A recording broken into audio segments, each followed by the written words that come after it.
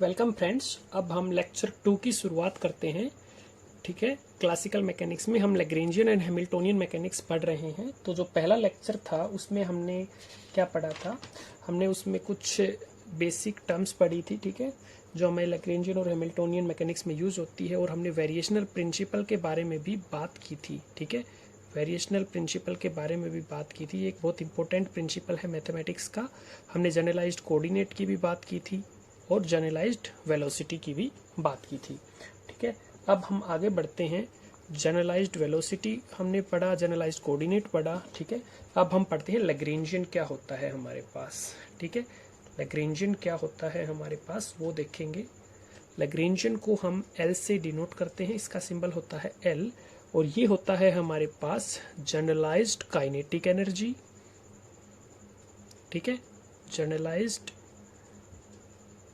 Kinetic energy minus generalised potential energy. ठीक है, जैसा कि आप सभी को याद होगा, मैंने पहले वाले वीडियो में क्या बताया था, जो हमारे पास जनरलाइज्ड कोऑर्डिनेट होता है, जनरलाइज्ड कोऑर्डिनेट जो होता है उसको हमने क्यू आई से रिप्रेजेंट किया था। सिंबल उसका था क्यू आई। ठीक है, तो ये जो क्यू आई था, ये जनरल कोऑर्डिनेट डिफाइन कर रहे थे ना हम। तो ये लीनियर कोऑर्डिनेट भी हो सकता था, मींस एक्स भी हो सकता था, वाई भी, जेड भी हो सकता था। ये एंगुलर कोऑर्डिनेट भी हो सकता था, मतलब जो जनरलाइज्ड कोऑर्डिनेट था वो लीनियर भी हो सकता था। ठीक है, एंगुलर भी हो सकता था, जैसे कि थीटा और फाई हम ले रहे थे। ठीक है, एंगुलर कोऑर्डिनेट के टर्म्स में। और ये कुछ समथिंग एल्स भी हो सकता था। ठीक है, जैसा कि मैंने बताया था, जो इलेक्ट्रिकल सर्किट्स होते हैं उसमें हमारे पास जो जनरलाइज्ड कोऑर्डिनेट होता है वो हमारे पास चार्ज होता है। ठीक है, मींस जनरलाइज्ड कोऑर्डिनेट की डेफिनेशन क्या थी, ये सूटेबल वेरिएबल्स होते हैं। ठीक है, जो हमें सिस्टम की डायनामिक्स के बारे में बताते हैं। ये सूटेबल वेरिएबल्स होते हैं जो हमें सिस्टम की डायनामिक्स के बारे में बताते हैं। ठीक है, उसके बाद फिर हमने जनरलाइज्ड वेलोसिटी डिफाइन किया था। जनरलाइज्ड वेलोसिटी, जनरलाइज्ड वेलोसिटी हमारे पास क्या होता है, generalised velocity total time derivative होता है किसका, जनरलाइज्ड कोऑर्डिनेट का। ठीक है, और इसको हमने सिंबल दिया था क्यू आई डॉट। ठीक है, तो इसी तरह मैं आपको एक बार दोबारा इसलिए इन सब चीजों को बता रहा हूं कि जनरलाइज्ड काइनेटिक एनर्जी और जनरलाइज्ड पोटेंशियल एनर्जी। ठीक है, तो जनरलाइज्ड काइनेटिक एनर्जी और जनरलाइज्ड पोटेंशियल एनर्जी जरूरी नहीं है कि ये जनरल काइनेटिक एनर्जी ही हो, हम इसको जनरलाइज कर रहे हैं, जनरलाइज्ड कर रहे हैं। ठीक है, तो ये जो जनरलाइज्ड काइनेटिक एनर्जी है ये काइनेटिक एनर्जी भी हो सकती है। ठीक है, ये लीनियर मोशन में हो जाएगी। रोटेशनल मोशन की बात करें तो ये जनरलाइज्ड काइनेटिक एनर्जी जो है ये हमारे पास रोटेशनल काइनेटिक एनर्जी हो जाएगी। ठीक है, और समथिंग एल्स भी हो सकता है, ये आएगा, उसके अनुसार हम चीजों को आगे देखेंगे। ठीक है, तो लैग्रेंजियन जो होता है हमारे पास ये क्या होता है, अब हम देखते हैं। तो लैग्रेंजियन जो हमारे पास होता है ये हमारे पास फंक्शन होता है, किस किस चीज का फंक्शन होता है, Lagrangian is a function of Q i dot and time. मतलब दैट इज हम इसको कैसे लिख सकते हैं, Lagrangian is a function of Q i dot और टाइम। ठीक है, लैग्रेंजियन हमारे पास फंक्शन होता है जनरलाइज्ड कोऑर्डिनेट का, जनरलाइज्ड वेलोसिटी का और टाइम का। ठीक है, अब जनरलाइज्ड कोऑर्डिनेट हमारे पास था q i, generalised velocity q i dot और टाइम टी। ठीक है, तो हम एक बात दूसरी क्या बोल सकते हैं, जो लैग्रेंजियन होता है ना, इसका कोई भी फिजिकल सिग्निफिकेंस नहीं होता है। ठीक है, it does not have any physical significance. जो लैग्रेंजियन होता है क्यों नहीं होता वो भी मैं बता रहा हूं अभी। It does not have any physical significance. ठीक है, तो हम इसके फिजिकल सिग्निफिकेंस की कोई बात नहीं करेंगे, लैग्रेंजियन के फिजिकल सिग्निफिकेंस की। ठीक है, क्योंकि ये यूनिकली डिफाइन नहीं होता, मतलब एक ही सिस्टम के लिए एक से ज्यादा लैग्रेंजियन हो सकते हैं। For a system we can have more than one Lagrangian। ठीक है, अब अगर किसी सिस्टम का एक से ज्यादा लैग्रेंजियन हो सकता है तो हम उसको यूनिकली तो डिफाइन कर नहीं सकते, तो इसके फिजिकल सिग्निफिकेंस भी हम नहीं देखते हैं, इसका फिजिकल सिग्निफिकेंस कुछ भी नहीं होता है। So it is not uniquely defined, तो हम यहाँ से क्या लिख सकते हैं, it is not uniquely defined for a system. ठीक है, एक सिस्टम के लिए लैग्रेंजियन यूनिकली डिफाइंड नहीं होता है। ठीक है, जब कोई भी चीज यूनिकली डिफाइंड नहीं होगी किसी भी सिस्टम के लिए, तो हम उसके देखकर, लैग्रेंजियन को देख के सिस्टम की डायनामिक्स के बारे में तो नहीं बता सकते ना। तो that is why we cannot tell exactly about the dynamics of a system by looking at Lagrangian। ठीक है, तो हम लैग्रेंजियन को देखकर किसी भी सिस्टम की डायनामिक्स को एग्जैक्टली नहीं बता सकते। ठीक है, तो यहां तक हमें पता चल गया लैग्रेंजियन के बारे में। ठीक है, okay, by looking at Lagrangian. ठीक है, तो अब लैग्रेंजियन को हालांकि हम यूज करेंगे, लैग्रेंजियन को यूज करके हम इक्वेशन ऑफ मोशन निकालेंगे। ठीक है, लैग्रेंजियन को यूज करके हम इक्वेशन ऑफ मोशन निकालेंगे। फिर इक्वेशन ऑफ मोशन को देखकर हम बताएंगे कि सिस्टम का टाइप क्या है। ठीक है, मतलब लैग्रेंजियन का यूज होगा। ठीक है, लेकिन लैग्रेंजियन को देखकर हम नहीं बता सकते सिस्टम का टाइप क्या होगा। इक्वेशन ऑफ मोशन का यूज करेंगे लैग्रेंजियन का यूज करके, पहले इक्वेशन ऑफ मोशन निकालेंगे और फिर इक्वेशन ऑफ मोशन को देख के हम बताएंगे सिस्टम का टाइप क्या है। तो उसके बाद हम पढ़ते हैं जनरलाइज्ड मोमेंटम। ठीक है, इसके बाद नेक्स्ट हमारे पास आता है जनरलाइज्ड मोमेंटम।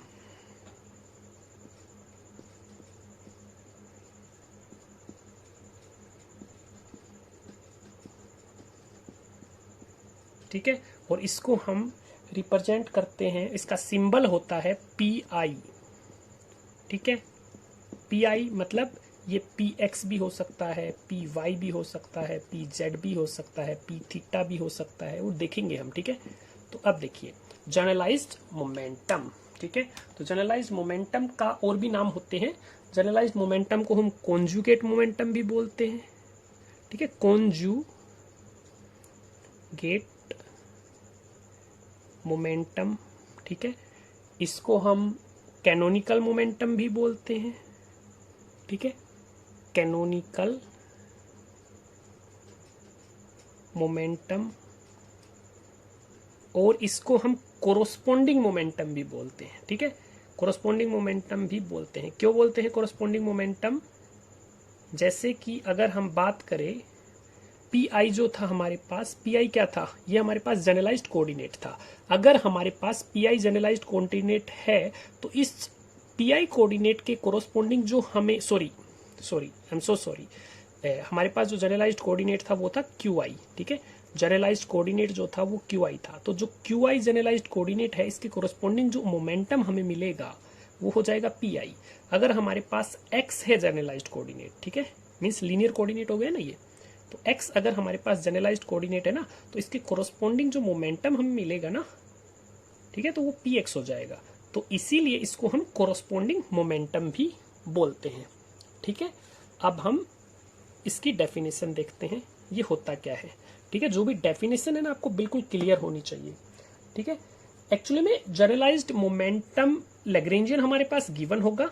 ठीक है, लैग्रेंजियन गिवन होगा और डायरेक्टली जनरलाइज्ड मोमेंटम भी पूछ लेते हैं। इनफैक्ट ये नेट एग्जाम में 5 नंबर में जो हमारे पास C पार्ट आता है ना, उसमें ये क्वेश्चन पूछा हुआ है। जनरलाइज्ड मोमेंटम डायरेक्ट निकाला, लैग्रेंजियन गिवन है। ठीक है, ओके, तो अब देखिए, तो हम ये भी बोल सकते हैं जो जनरलाइज्ड मोमेंटम है ये क्या क्या हो सकता है। इट मे बी लीनियर, ठीक है, एंगुलर मोमेंटम, मतलब जनरलाइज्ड मोमेंटम की हम बात करें तो ये हमारे पास क्या हो सकता है, it may be linear momentum, it may be angular momentum और समथिंग एल्स। ठीक है, ये कुछ भी हो सकता है। ठीक है, तो जनरलाइज्ड मोमेंटम को कैसे डिफाइन करते हैं? इट इज डिफाइंड एज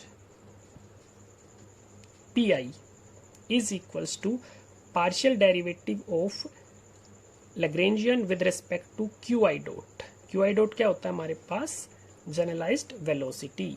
ठीक है, तो हम इसको कैसे डिफाइन करते हैं, p i is equals to del i upon del q i dot. ठीक है, तो partial derivative of Lagrangian with respect to generalised velocity. ठीक है, अब अगर बात करें हमारे पास जो जनरलाइज्ड कोऑर्डिनेट है वो x है, मतलब लीनियर कोऑर्डिनेट है। ठीक है, तो जो जनरलाइज्ड वेलोसिटी हो जाएगी वो x डॉट हो जाएगी। ठीक है, तो हमारे पास क्यू आई के कोरस्पोंड जो एंगुलर मोमेंट सॉरी जो जनरलाइज्ड मोमेंटम होगा उसको हम क्या बोलेंगे, अब x क्या है, लीनियर कोऑर्डिनेट है हमारे पास। ठीक है, मीन्स लीनियर डिस्टेंस है। जैसे कि अगर बात करें ये एक्स एक्सिस है, ये वाई एक्सिस है, तो एक्स इस एक्स एक्सिस के पैरेलल कोई भी डिस्टेंस हो सकती है, इधर भी हो सकती है। तो ये हमारे पास एक्चुअली में क्या बता रहा है, लीनियर डिस्टेंस बता रहा है। तो ऐसे ही जो हमारे पास जो इसके कोरस्पॉन्डिंग मोमेंटम आएगा वो हमारे पास हो जाएगा P x, and that will B means P I जो है ना वो पी एक्स हो जाएगा। ओके, अब अगर आगे बढ़े तो आगे हमारे पास अगर क्यू आई जो है वो हम आर ले लें, ठीक है, तो क्यू आई डॉट क्या हो जाएगा, आर डॉट। तो ऐसे ही हमारे पास पी आर, मतलब जो जनरलाइज्ड कोऑर्डिनेट है वो आर है, तो आर के कोरस्पॉन्डिंग मोमेंटम क्या हो जाएगा, पी आर, और ये हो जाएगा डेल एल बटे डेल आर डॉट। इसको भी हम लीनियर मोमेंटम बोलेंगे। ठीक है, अब अगर आगे देखें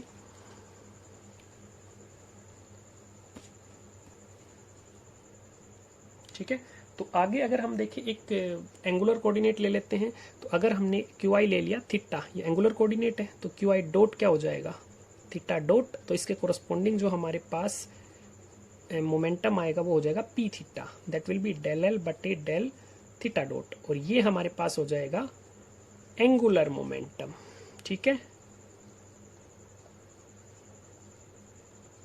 एंगुलर मोमेंटम हो जाएगा। ठीक है, इसके डायमेंशन की अगर हम बात करें, इसका डायमेंशन हो जाएगा Q I into P I, इसका प्रोडक्ट। अब देखिए जनरलाइज्ड कोऑर्डिनेट की मल्टीप्लाई हम कर रहे हैं जनरलाइज्ड किसके साथ, कोऑर्डिनेट के साथ। जनरलाइज्ड मोमेंटम की मल्टीप्लाई जनरलाइज्ड कोऑर्डिनेट के साथ कर रहे हैं, तो ये हो जाएगा एंगुलर मोमेंटम। ठीक है, मतलब आर लिया हमने और यहाँ पे ले लिया पी आर, तो आर पी आर गुणा होके एल आर आ जाएगा। ठीक है, मीन्स आर और पी की मल्टीप्लाई की, तो ये हमारे पास एंगुलर मोमेंटम का डायमेंशन हो जाएगा। ठीक है, ओके, अब हम आगे देखते हैं। अगर L जो है लैग्रेंजियन, अगर लैग्रेंजियन हमारे पास इफ L इज रिटन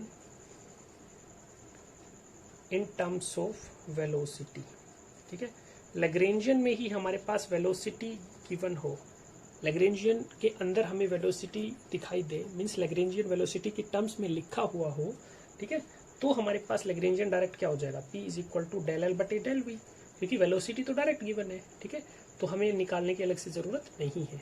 ठीक है, अब देखते हैं क्वेश्चन देखते हैं हम। ठीक है, और इसके बाद हम एक क्वेश्चन देखेंगे जो नेट में भी आया हुआ है। ठीक है, अब देखिए अगर हमारे पास लैग्रेंजियन किसी भी सिस्टम का है, L is equals to half m r dot square plus r square theta dot square plus g small m capital m बटे आर। ठीक है, तो find generalised momentum corresponding to theta coordinate. तो इसने क्या बोला है, हमें निकालना है फाइंड जनरलाइज्ड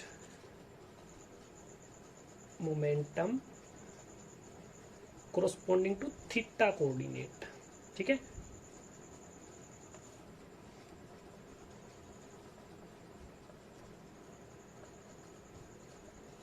टू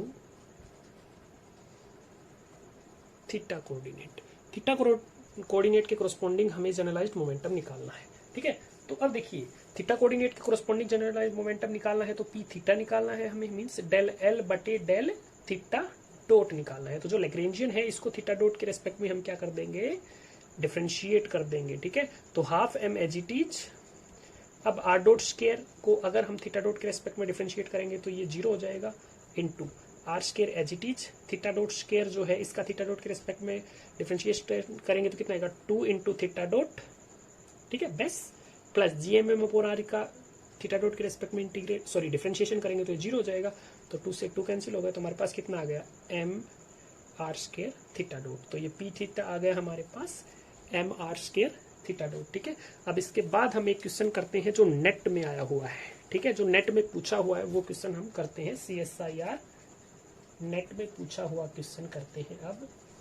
ठीक है, तो क्वेश्चन क्या है, लैग्रेंजियन जो गिवन है वो है x dot y dot minus x² minus y², find generalised momentum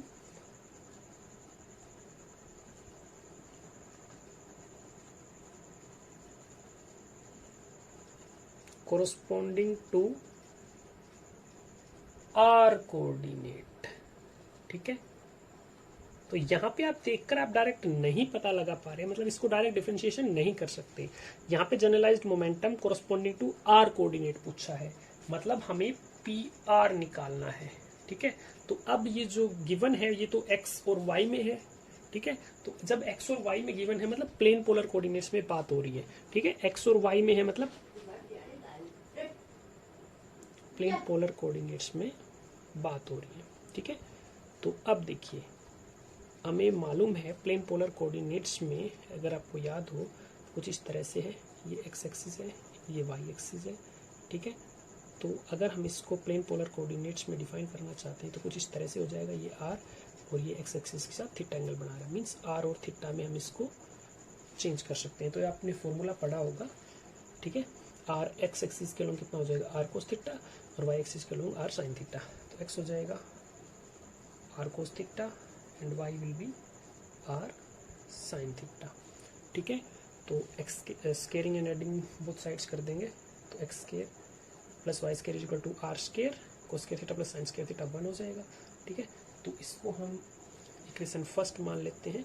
ठीक है, तो यहाँ पे हम r स्केयर की जगह पे क्या लिख सकते हैं, x square plus y square, तो यहाँ से ये चेंज हो जाएगा। ठीक है, और बाकी x डॉट और y डॉट का प्रोडक्ट भी है, तो यहाँ से हम x डॉट निकाल सकते हैं और यहाँ से y डॉट निकाल सकते हैं। ठीक है, तो यहाँ से x is equal to r cos theta जो है, यहाँ से हम निकालेंगे x डॉट। ठीक है, तो x डॉट कितना आ जाएगा, अब देखिए यहाँ पे जो r और cos थीटा है मीन्स r भी वेरिएबल है, यहाँ पे देख सकते हैं, और थीटा भी वेरिएबल है। ठीक है, और हमें x डॉट निकालना है, x डॉट का मतलब होगा dx बटे में dt, टोटल टाइम डेरिवेटिव करना है हमें इसका। ठीक है, तो दोनों का हम डिफ्रेंशिएशन करेंगे। ठीक है, तो x डॉट का मतलब है, यहाँ पे लिख देता हूँ मैं dx बटे dt। ठीक है, तो x डॉट अब r cos थीटा का डिफ्रेंशिएट करेंगे दोनों वेरिएबल का, तो r का करेंगे पहले, तो ये आ जाएगा r dot cos theta as it is plus r as it is cos theta का कितना आ जाएगा माइनस साइन थीटा एंड फिर थीटा डॉट। ठीक है, क्योंकि थीटा भी चेंज हो रहा है हमारे पास। ठीक है, यहाँ पे आप देख सकते हैं r तो फिक्स है बट r वेरिएबल भी है। ठीक है, और ओके, तो यहाँ तक हो गया हमारे पास। अब y डॉट अगर हम निकालना चाहते हैं तो कितना आएगा, r dot sine theta as it is plus r as it is sine theta का आ जाएगा कोस थीटा, थीटा का थीटा डॉट, मतलब अंदर वाले का भी करेंगे। ठीक है, हो गया यहाँ तक। अब इसको आगे देखें तो अब क्या कर सकते हैं, लैग्रेंजियन हमारे पास क्या था। ठीक है, मैं इधर इसको रब कर देता हूँ। लैग्रेंजियन हमारे पास था L is equals to x dot into y dot minus x square minus y square, तो हमने r स्केयर is equal to x square plus y square निकाला था। ठीक है, तो x डॉट और y डॉट की मल्टीप्लाई है तो हम इनकी वैल्यूज पुट कर देंगे, तो r डॉट कोस थीटा फिर minus r sine theta into theta dot into में r डॉट y डॉट की वैल्यू पुट करेंगे, तो r dot sine theta plus r cos theta into theta dot minus, अब देखिए इसमें माइनस कॉमन ले तो x square plus y square बचेगा, तो यहाँ से हम इसकी वैल्यू r स्केयर पुट कर सकते हैं। ठीक है, तो ये इतना हो गया। ठीक है, अब आप यहाँ पे देखिए इसको मैं रब कर रहा हूँ। ठीक है, तो ये दोनों टर्म्स मल्टीप्लाई में है और माइनस r स्केयर है, तो मैं यहाँ पे कर देता हूँ इसको माइनस r स्केयर। एक्चुअली में हमें निकालना क्या है, पी आर निकालना है। ठीक है, तो पी आर निकालना है तो ये क्या होगा, डेल एल बटे डेल आर डॉट। ठीक है, तो इसका मतलब क्या है कि हमें आर डॉट की रिस्पेक्ट में इस लैग्रेंजियन का डिफरेंशिएशन करना है, ठीक है। तो कितना आ जाएगा, ये फर्स्ट टर्म जो है इसमें आर डॉट है, ठीक है। तो इसमें जो फर्स्ट टर्म है उसमें जो आर डॉट है, ठीक है, या फिर हर टर्म का कर देते हैं, ठीक है। देखिए ये टर्म और ये टर्म मल्टीप्लाई में है, ठीक है।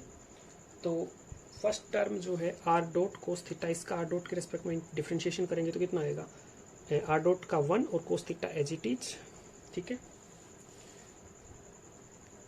और माइनस, मतलब एक तरह से आप कुछ ऐसा बोल सकते हो कि u इंटू वी, दो टर्म्स है। जो पहली है ये हमारे पास u की तरह अज्यूम कर लेते हैं, जो दूसरी है इसको v की तरह अज्यूम कर लेते हैं, ठीक है। तो पहले हम फर्स्ट टर्म का डिफरेंशिएशन कर रहे हैं, सेकंड को एज इट इज रख रहे हैं। तो फर्स्ट टर्म का डिफरेंशिएशन करेंगे तो आर डॉट कोस थीटा का कितना हो जाएगा, cos theta minus r sine theta, theta dot है। तो यहाँ पे तो ये तो कॉन्स्टेंट की तरह ट्रीट करेंगे क्योंकि आर डॉट का कोई भी वैल्यू, आर डॉट यहाँ पे अवेलेबल ही नहीं है, ठीक है। तो cos theta as it is into ये जो सेकंड है ये पूरी कॉन्स्टेंट की तरह ट्रीट करेगी, तो ये यहाँ पे रहेगी। तो r dot sine theta plus r cos theta into theta plus, ठीक है। सेकंड टर्म जो है उसका डिफरेंशिएशन करेंगे first term as it is. तो सेकंड टर्म का डिफरेंशिएशन करेंगे तो आर डॉट साइन थीटा में कितना बचेगा, साइन थीटा आर थीटा का 1 और इसमें r cos theta into theta dot, इसमें कोई भी आर डॉट वाली टर्म प्रेजेंट नहीं है तो इसका डिफरेंशिएशन 0 हो जाएगा। ये कुछ इस तरह से है कि हम हमारे पास वाई स्क्वायर जेड का डिफरेंशिएशन अगर हम x के रिस्पेक्ट में करेंगे तो इसका डिफरेंशिएशन तो 0 आएगा ना, क्योंकि वाई स्क्वायर जेड x के रिस्पेक्ट में तो कांस्टेंट हो जाएगी, ठीक है। इनटू फर्स्ट टर्म आ जाएगी एज इट इज, तो r dot cos theta minus r sine theta into theta dot. अब देखिए इसके बाद हमें माइनस आर स्क्वायर का करना है, r square r theta dot के रिस्पेक्ट में तो कांस्टेंट होगा तो इसका 0 हो जाएगा, ठीक है। तो अब आप यहाँ पे एक चीज देखिए, अब हम यहाँ से क्या कर सकते हैं, ओके। तो